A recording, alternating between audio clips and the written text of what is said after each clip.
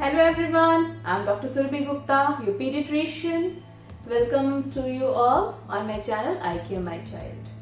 आज भी मैं एक इम्पॉर्टेंट टॉपिक लेकर के आई हूँ, काफी इम्पॉर्टेंट, जो जनरली लोग शायद समझ ना पाए, इसलिए इस टॉपिक को कवर करना बहुत जरूरी है। आज हम डिस्कस करेंगे नवजात शिशुओं में होने वाले थायराइड की प्रॉब्लम।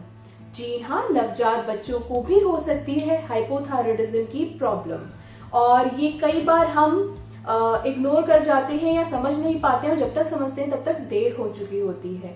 और इस बात को समझना इसलिए जरूरी है क्योंकि ये प्रिवेंटेबल कॉज है, इसे हम बचा सकते हैं बच्चों में होने वाली आगे चल की जो प्रॉब्लम्स है उनसे। तो आइए डिटेल में डिस्कस करते हैं नवजात शिशुओं में प्रॉब्लम्स को कैसे पहचान सकते हैं, इससे बचने का क्या तरीका है, और जब बच्चा पेट में हो तो क्या सावधानियां रखें जिससे कि ये प्रॉब्लम से हम बच सके। तो आइए शुरू करते हैं अपना ये टॉपिक। देखिए, नया बच्चा, सबसे पहले डिस्कस करेंगे कि हाइपोथायराइड की प्रॉब्लम को हम कैसे पहचान सकते हैं जब जस्ट बेबी पैदा हुआ है। तो जैसे ही जब बच्चा पैदा होता है तो वो बच्चा और बच्चों के कंपैरेटिवली में सुस्त हो सकता है, लेकिन हम एक पहले दूसरे तीसरे दिन में बच्चा सुस्त है तो उससे कंफर्म नहीं कर सकते। इस चीज को हमें अगले 1-2 हफ्ते में देखना होता है कि वो बच्चा दूध पीने में दिक्कत कर रहा है, उतने अच्छे से दूध नहीं पी रहा है। तो ये एक चीज हमें समझ में आती है शुरू के टाइम में। दूध पीने में दिक्कत आना, बच्चे का जरूरत से ज्यादा सुस्त होना, रोना नहीं बिल्कुल भी। तो एक ये चीज होती है। हाथ पैर, जैसे जब बच्चे पैदा होते हैं, फुल टर्म अगर हो, प्रीटर्म बच्चों की बात नहीं कर रही, प्रीटर्म बच्चे शुरू में सुस्त होते हैं, बाद में जाके एक्टिव होते हैं। लेकिन जो पूरे महीने के बच्चे पैदा हुए हैं उन बच्चों को हम ये मानते हैं शुरू से ही काफी एक्टिव होंगे, हाथ पैर चलाएंगे, आंखें इधर उधर करेंगे, साउंड को रिस्पॉन्स करेंगे, एक्टिव होंगे। अगर आपको लगता है कि मेरा बच्चा उतना एक्टिव नहीं है, दूसरी चीज क्या हो सकती है, ऐसे बच्चों में जॉन्डिस होने के चांसेस होते हैं। नॉर्मली 30-40% बच्चों को जॉन्डिस होता है, फोटोथेरेपी की भी जरूरत पड़ जाती है, ट्रीटमेंट भी मिलता है। लेकिन इन बच्चों में क्या होगा, ज्यादा लंबे समय तक जॉन्डिस चलेगा। जो जॉन्डिस है वो ठीक नहीं होगा, बार बार वापस आ जाएगा। करीब 1 महीने तक, 14 दिन तक, 15 दिन तक उसके लेवल्स काफी हाई होंगे। एक तो होता है थोड़ा बहुत होना, एक होता है लेवल्स काफी हाई होना। 15-20 तक हमारा जॉन्डिस पहुंच गया है न्यूबॉर्न बेबीज में, तो उनमें चांसेस हो सकते हैं कि बच्चे को थायराइड की दिक्कत हो। थर्ड, अगर मदर को भी पहले से थायराइड की इशू है, उन्होंने दवाई ठीक से नहीं ली है, तो ऐसे बच्चों में भी खासकर हमें ध्यान देना होता है कि बच्चे को भी तो कहीं जॉन्डिस, थायराइड की प्रॉब्लम नहीं है। हम कैसे पहचान सकते हैं इसके बारे में मैं बाद में आऊंगी। आगे चल करके हम इन बच्चों में जो पहले साल में क्या क्या सिम्टम्स आते हैं, पहले उनको डिस्कस कर लेते हैं। माइंड कीजिए कि जो थायराइड, हाइपोथायराइड की प्रॉब्लम नवजात बच्चों में होना आगे चल करके उनका मेंटली रिटार्डेड होने का एक कारण बन सकता है। इसीलिए बहुत इंपॉर्टेंट है इसे शुरू में ही कंट्रोल करना, क्योंकि थायराइड की दवाई होती है, दवाई देने से इसके लक्षणों को मिटाया जा सकता है, हटाया जा सकता है और एक नॉर्मल लाइफ जी जा सकती है। इसीलिए इसके सिम्टम्स को तुरंत पहचानें, डॉक्टर से डायरेक्ट बात करें और थायराइड की जांच करा के हम पता कर सकते हैं। लक्षण क्या आएंगे, मैंने बताया, सुस्ती होगी, दूध पीने में दिक्कत करेगा, बच्चा ठीक से दूध नहीं पिएगा। जैसे जैसे बच्चा बड़ा होगा आपको समझ में आएगा कि बच्चे का जो चेहरा है वो राउंड है, काफी बड़ा है। सेकंड क्या होगा, बच्चे की जो जीभ है वो अक्सर बच्चा बाहर निकाले रखेगा। ऐसे करके बच्चे की जीभ बाहर निकली रहेगी, वो मुंह खुला रखने की कोशिश करेगा। उसका जो हाथ पैर, शरीर है वो सारे थोड़े चबी चबी होंगे, छोटे छोटे, काफी गद्दीदार आपको लगेंगे। चेहरा बिल्कुल राउंड होगा, आंखें हल्की हल्की झुकी सी होंगी, चेहरे पे हमेशा एक सुस्ती सी रहेगी। आगे चल के ऐसे बच्चों को कब्ज की दिक्कत हो सकती है, कॉन्स्टिपेटेड रह सकते हैं बच्चे, काफी समय तक पॉटी नहीं करेंगे। वजन हमेशा ऐसे बच्चों का ज्यादा होगा, गुदगुदे होंगे, और दूध कम पी रहे होंगे, फिर भी शरीर गुदगुदा सा बना रहेगा, क्योंकि हम किसी न किसी तरह से उनके पोषण को तो पूरा कर ही देंगे। फिर क्या होगा, ये बच्चे अपने माइलस्टोन थोड़े इनके स्लो रह सकते हैं, जैसे कि गर्दन सही टाइम पे नहीं संभालेंगे, देर होगी, 4 महीने तक गर्दन नहीं संभाल रहे हैं, 6 महीने तक बैठने की कोशिश नहीं कर रहे हैं, पलटने में सुस्ती दिखा रहे हैं, इस तरह की हरकत, और धीरे धीरे उनका मुंह जो है वो खुला ही रहेगा। और हम ऐसे बच्चों में बोलते हैं मून फेसिस, यानी कि गोल गोल हमें चेहरा दिखेगा, उसमें हर चीज मुंह खुला हुआ मुंह दिखेगा, और हाथ पैर छोटे छोटे से दिखेंगे, तो जिन भी बच्चों में ऐसे लक्षण दिखते हैं उनमें चांसेस हो सकते हैं कि बच्चा हाइपोथायराइडिज्म का पेशेंट हो, और यही लक्षण आगे चल करके बढ़ते हैं और बच्चा मंदबुद्धि हो सकता है, मेंटली रिटार्डेड हो सकता है, जो पढ़ने लिखने में कमजोर होगा, नॉर्मल चीजों को समझने में कमजोर हो सकता है। इस चीज को बचाने के लिए एक बहुत सिंपल सा इलाज है। अब हम इन्वेस्टिगेशन पर आएंगे और इसके मैनेजमेंट पर आएंगे, फिर हम प्रिवेंशन की बात करेंगे। तो इसका सिंपल सा क्या इलाज है? TSH level. इसीलिए आजकल जो भी हॉस्पिटल डिलीवरीज हो रही हैं, चाहे वो गवर्नमेंट हो चाहे वो प्राइवेट हो, वो हर बच्चे का TSH लेवल जरूर करवाते हैं। TSH लेवल करवाने से क्या होता है कि हमें बर्थ से ही पता चल जाएगा कि हम किस लेवल पे हमारा बेबी है। TSH यानी TSH होता है थायराइड स्टिमुलेटिंग हार्मोन, जो कि हमारे ब्रेन से जो थायराइड हार्मोन रिलीज होना चाहिए उसे रिलीज करने में कोई प्रॉब्लम तो नहीं है, उसके लेवल को बताता है।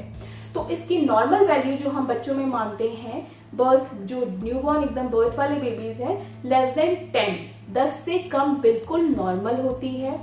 इसके बाद 10 से 20 के बीच में भी अगर ये वैल्यू आती है तो वो ऑलमोस्ट नॉर्मल होती है। बट ऐसे केसेस में हम क्या बोलते हैं कई बार कि आप एक हफ्ते बाद इस लेवल को रिपीट करवा लीजिएगा, क्योंकि जिन बच्चों में देखा गया है 10 से 20 के बीच में वैल्यू आती है, दोबारा जब भी हम उसे टेस्ट करवाते हैं वो नॉर्मल ही आ गई होती है।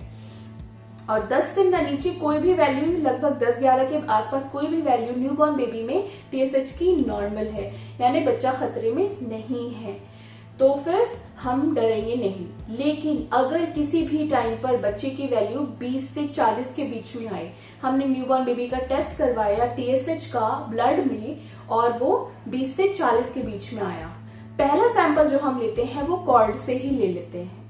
कॉर्ड यानी कि जो बच्चे की अम्बिलिकल कॉर्ड है उसी से ले लेते हैं। तो अगर उसमें 20 से 40 के बीच में आया तो फिर तुरंत 48 घंटे बाद, जब तक बच्चा हमारे पास है या डिस्चार्ज होने वाला है, कोई भी कंडीशन में डिस्चार्ज से पहले हम बेबी का एक और सैंपल ले लेते हैं और वो डायरेक्ट बेबी के ब्लड से होता है, उसे रिपीट करवाते हैं।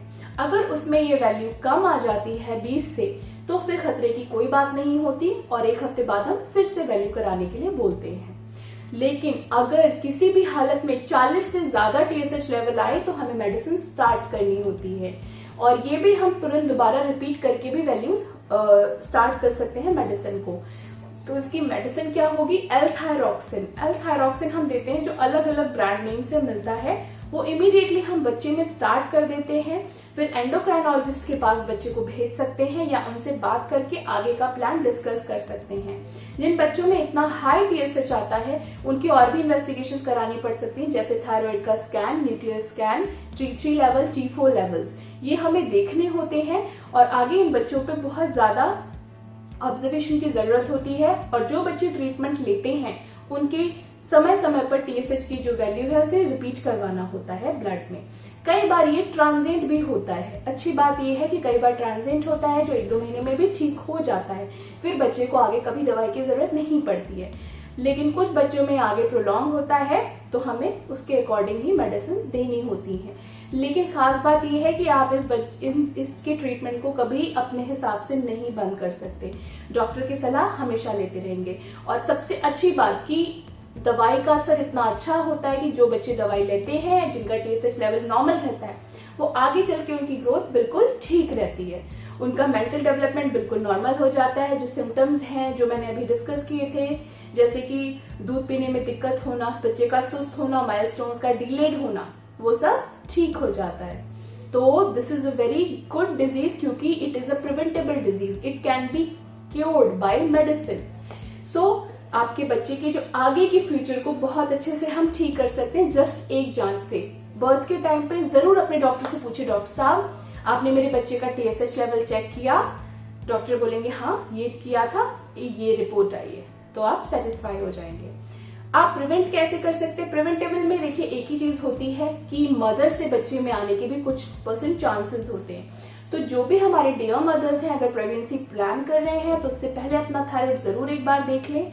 अगर उसमें कुछ प्रॉब्लम आती है तो उसके अकॉर्डिंग थायराइड की मेडिसिन खाएं। एंड ड्यूरिंग प्रेगनेंसी भी कई बार देखा गया है कि आपको जो थायराइड है वो प्रॉब्लम सिर्फ प्रेगनेंसी के टाइम पे इश्यूज आ सकते हैं।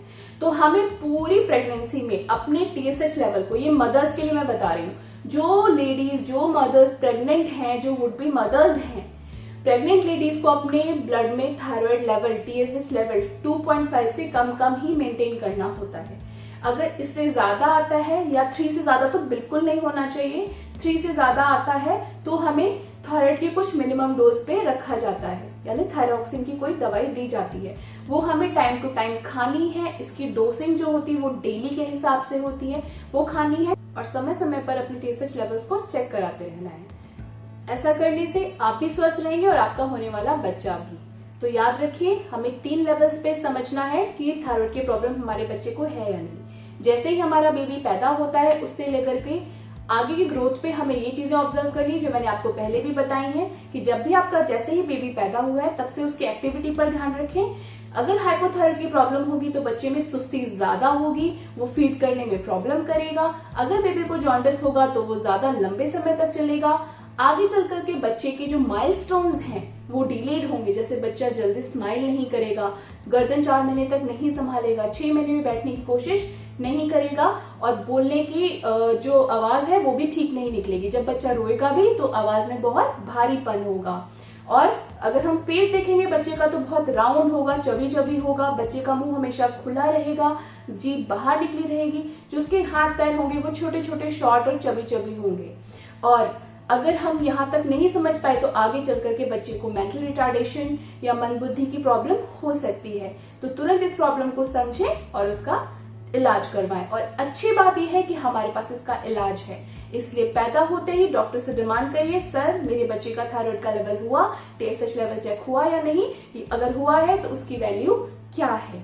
तो माँ अपना ध्यान रखें, बच्चा पैदा होते ही उसका ध्यान रखें। तो आज के लिए इतना ही। होप आपके लिए वीडियो बहुत इन्फॉर्मेटिव रहा होगा, अवेयरिंग रहा होगा। अगर ऐसा है तो इसे लाइक करिए और आगे आपकी जो भी जान पहचान के लोग हैं उनके साथ शेयर करिए। पसंद आया तो कमेंट में थैंक यू लिखिए।